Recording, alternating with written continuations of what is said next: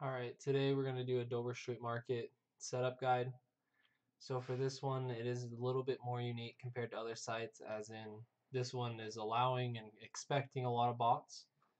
Uh, Dover Street is pretty much just a bot competition. It's just who can be the fastest to be able to check out.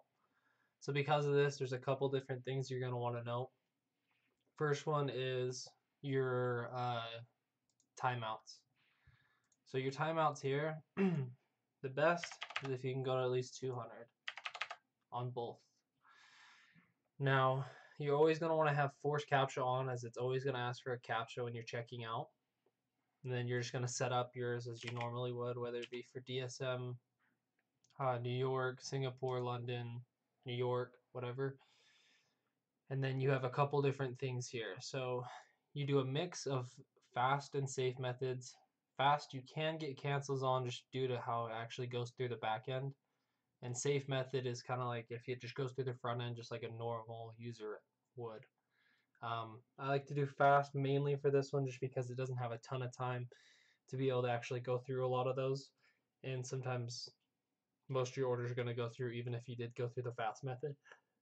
Now, the only thing with this one is you want very low tasks to proxy ratios. So if I'm running this delay at 200 and 200, I'm going to at least want 20 proxies, like 15 to 20 proxies per task that I do. This is because Dover Street can ban your proxies really fast, and that's kind of like how they counter bots or how they try to make it fair.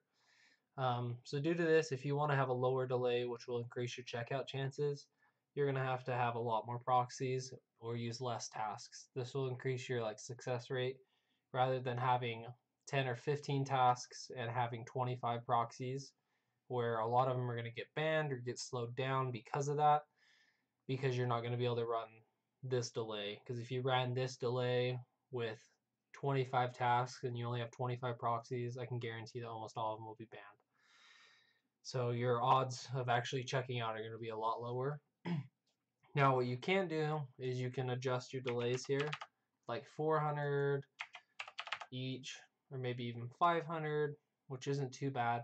That's just going to lower your actual checkout times and the refresh rate on the page. Now, if you do this, you can have more tasks and less proxies. So you kind of just have to weigh your options there on kind of how you want to actually go for this. I always recommend trying to have the lower settings about 200 and 200 for your delay times, and then running about 4 or 5 tasks personally. That way you can check out as fast as you can, and you'll have proxies in case any of them get banned. You can rotate and still continue. That'll just allow you to check out a lot faster. Now, other than that, the only other thing that I would say for these ones is Dover Street, like I said, is unique, as it's only going to load usually the 1 or 2 items that are actually dropping on the eFlash. So because of this, to make it faster, like today, it only loaded the CDG Nike Air Force Ones. So you can just do A. That's going to pick up, oh sorry, that's in the URL. So you just do A. That's going to pick up the first and only thing in the eFlash. So it's going to pick this up. A lot of people did N or C, as that's going to be in the letters for the item that we're looking for. And you don't want to do a full keyword because that's going to slow your tasks down as well. So you just want to do the very minimal amount, so that way your item or your bot can pick up the actual item itself and check out as fast as possible. So it's a little bit different than other ones, as you have to be quite specific on the keywords you're using, so that way you don't buy random items. And the only times you're going to have to do that is if Dover Street is actually dropping multiple items on their eFlash, which usually doesn't happen. The last time it did was the CDGs, like the box logos for the tees and the hoodies, which in that case it really doesn't matter what you were going for because they were all good. And also the undercovers.